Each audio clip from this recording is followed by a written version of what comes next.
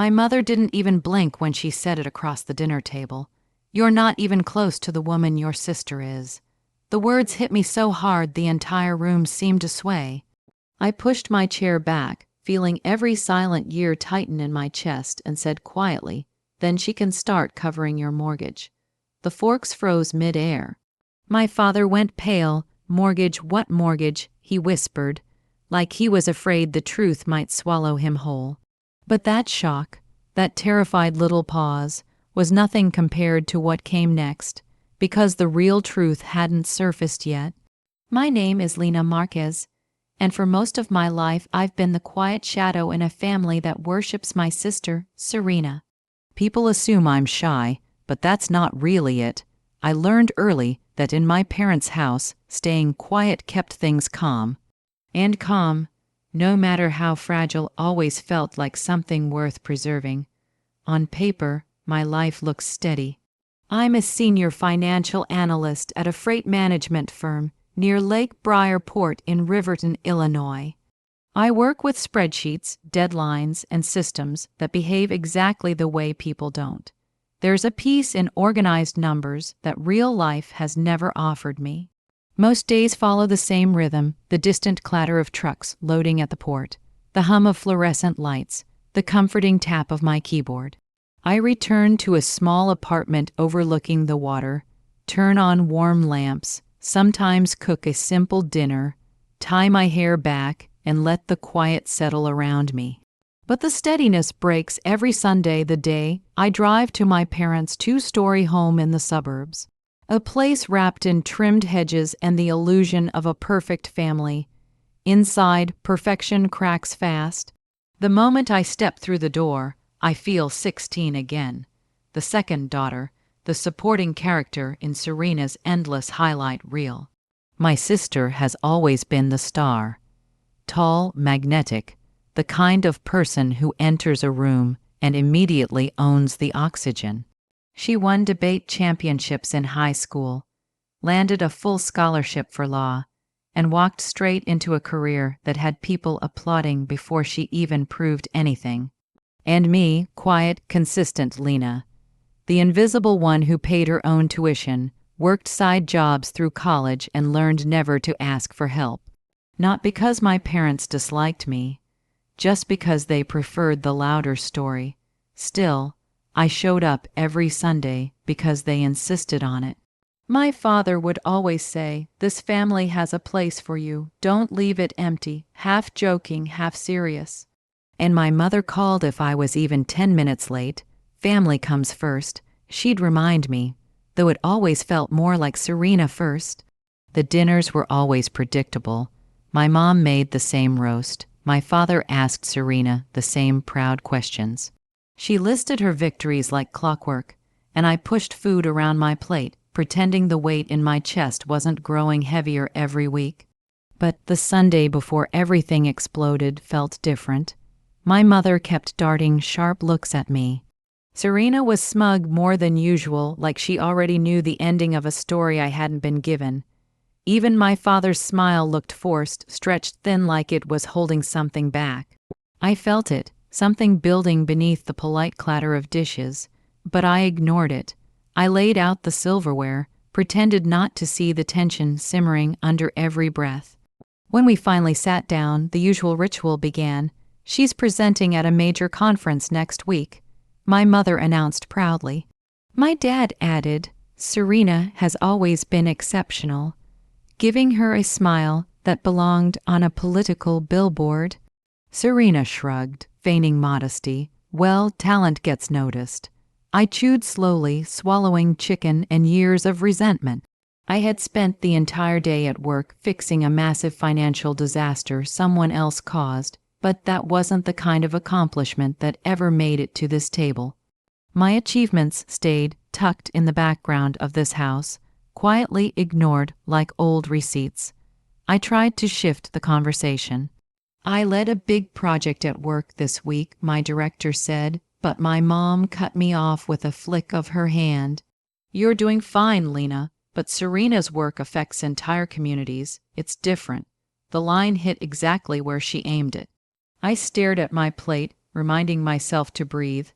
Just another Sunday, I told myself. Just another night swallowing what I wish I could say. But then my father leaned back with a forced sigh. Speaking of homes, he began, Serena helped us go through some mortgage documents last month. She's been such a blessing. A cold ripple ran through me. Mortgage documents, blessing.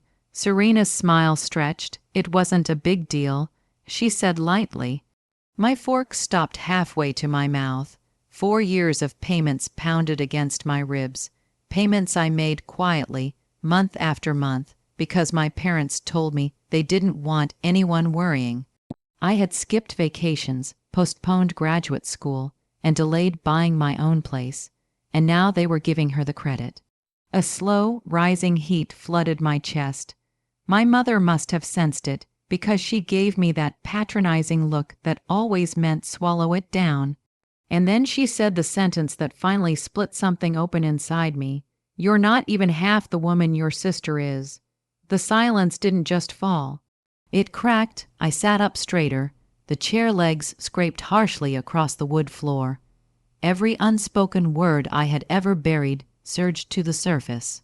For the first time at that table, I didn't push it back down. Something in me steadied. I pushed my chair back. The sound cut the room clean in two. Serena's smile faltered. My father looked up, startled, like he had forgotten I existed. I met my mother's eyes, my voice low and even. Then she can start paying your mortgage. Silence slammed into the room. My father blinked. Mortgage? What mortgage? He whispered. I didn't waver. The one I've been covering for 4 years.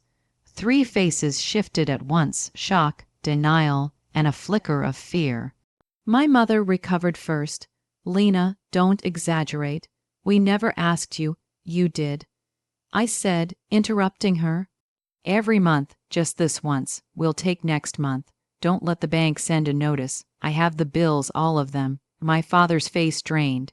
You shouldn't bring that up now. It's not the right time. There it was, the dismissal, the attempt to shove the truth back into the dark corner where they preferred me to stay. I stood fully, hands gripping the back of my chair, and everything changed. What felt truly wrong was pretending that Serena saved a home I had kept standing all these years. Serena finally spoke, her voice thin. Lena, maybe you misheard. Maybe Mom didn't mean it, but I wasn't listening anymore. I watched them scramble, trying to twist the story into something comfortable for them. And for the first time, I didn't shrink to fit their version. Something inside me clicked, sharp, clear, irreversible. Without another word, I stood, grabbed my coat, and stepped outside into the cold Riverton evening. My breath trembled, but not from regret. It was the shock of finally standing up after years of sitting down. Back in my apartment, I opened my laptop, navigated to the automatic monthly mortgage payment, and clicked cancel. A small box popped up. Are you sure? Canceling those payments should have felt like closure, but instead, it cracked open something deep inside me. For the first time in 4 years, my bank account didn't empty on the first of the month. The silence from my parents felt deafening. I started running along Lake Briarport in the mornings. At first, it was to calm the tremor in my hands. Soon, the rhythm of my feet on the pavement became a kind of freedom. I joined a Thursday cooking class at the Riverton Community Center. I learned how to make fresh pasta and how to laugh with strangers who didn't know my family at all. Friends even coaxed me into weekend hikes around Eagle Peak, where the air felt pure, untouched by expectation. With distance, everything came into focus. Every just this month, every don't tell anyone, every time they praised Serena while I quietly paid the bills. Then came the photo. It arrived on a Sunday morning from Mrs. Langley, our elderly neighbor, who had a habit of noticing everything. She sent me a picture of our family home with a banner stretched across the porch. Congratulations, Serena, for preserving the family home. I froze. Preserving Serena. My throat tightened as I stared at the banner. my hands numb.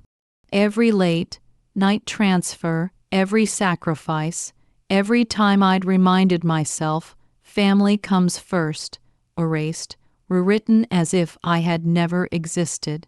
I didn't cry, not this time. I felt something else sharper, steadier.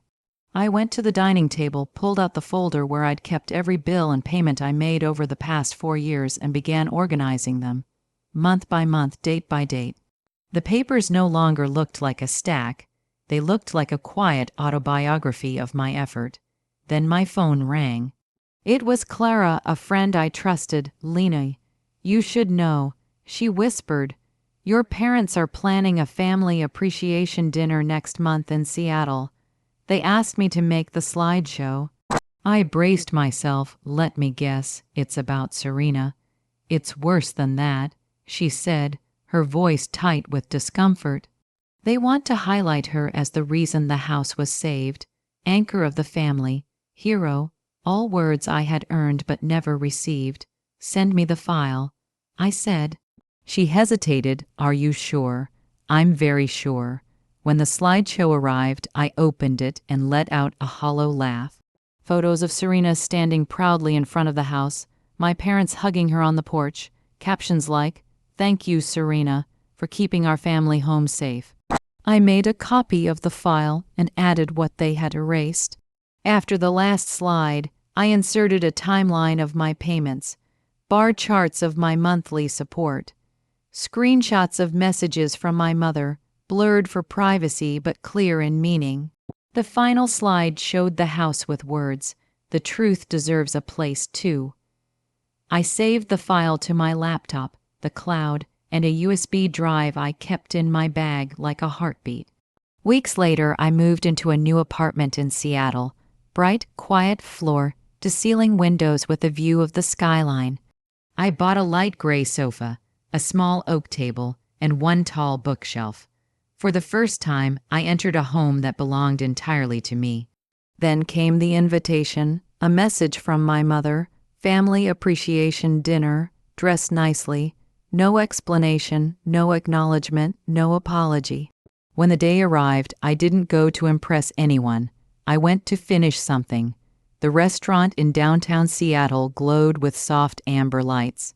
Through the glass, I could see familiar silhouettes, my parents, Serena in an emerald dress, relatives I hadn't seen in years, all dressed for a ceremony. In a way, it was a ceremony. I waited near the doorway, unseen, as my father took the microphone.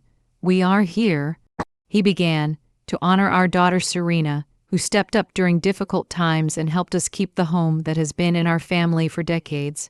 Applause. Smiles, cameras flashing, the slideshow began. Serena on the porch, Serena holding papers, Serena smiling next to my mother. Captions painting a story that wasn't true. Then the screen flickered. Bar charts appeared, dates, payments. 4 years of financial support laid bare. The room went silent. My parents froze. Serena's mouth fell open. I stepped forward into the light. "If the truth makes anyone uncomfortable tonight," I said calmly, "that's not my problem." Every head turned. My father looked at me like a ghost he had never expected. My mother's face crumpled not in shame, but in fear of exposure. Serena's eyes filled not with sorrow, but with dread. I walked toward the screen. 4 years of mortgage payments. Every month, quietly, consistently, while they rewrote history to make Serena the hero. My father tried to speak. "Lena, take this outside." "Why?" I asked. "You wanted everyone to know what Serena did. Why shouldn't they know what I did?" Whispers spread through the room. I knew the truth had finally broken the illusion. Serena stood trembling. "I didn't ask for this. I just thought you'd never notice." I said plainly. "You enjoyed being the hero in a story that wasn't yours." My mother finally found her voice. "Lena, we didn't want to embarrass you." I laughed softly. "Embarrass me?" By telling the truth. The USB drive felt heavy in my pocket, but the truth on the screen was enough. I had no desire to attack them further. I didn't need to win. I just needed to be seen, for the record. I said, I don't want the house, I don't want credit, I just won't let you erase me. The room remained silent long after I stepped away from the screen. My father reached out. Lena, wait. But I didn't wait. I walked to the door, lighter than I had felt in years. Outside, the cool Seattle night wrapped around me. I breathed in the sharp air and realized this wasn't revenge. This was release. Inside, they could argue, cry, deny. It didn't matter. The truth had been spoken. I had stepped out of the shadow they had forced me into. And once you step into your own light, there's no going back. 2 days later, I was watering a small plant on my balcony when someone knocked. Through the peephole, I saw my parents standing together, smaller than I had ever seen them. My mother's eyes were red, my father's shoulders tense. I opened the door without a word. They stepped inside slowly, taking in the apartment I had built on my own. Sunlight spilled across the floor, to ceiling windows, highlighting the bookshelf, the dining table, the quiet I had created. My mother spoke first. Lena, we're sorry, we were wrong. We shouldn't have let the story become something it wasn't. We shouldn't have asked you to carry so much alone. My father added, we've talked. We want your name on the house, you earned it. I let the words settle, not with bitterness, but with clarity.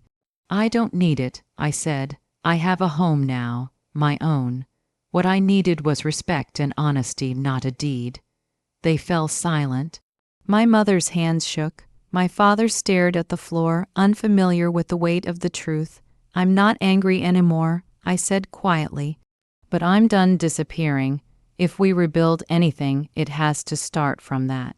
Something shifted, not forgiveness, not yet, but an opening, a place where we could breathe without old stories crushing us. When they left, my apartment felt even brighter. I walked to the balcony, looking out over the skyline, realizing I had crossed a line there was no returning from. For the first time, the future felt entirely mine. I stood on the balcony long after my parents left, watching the Seattle lights blink against the dark. For years I thought keeping the peace meant keeping quiet, but silence doesn't protect you. It erases you. Choosing myself didn't break my family. It broke the story that kept me small, and maybe that was the real beginning.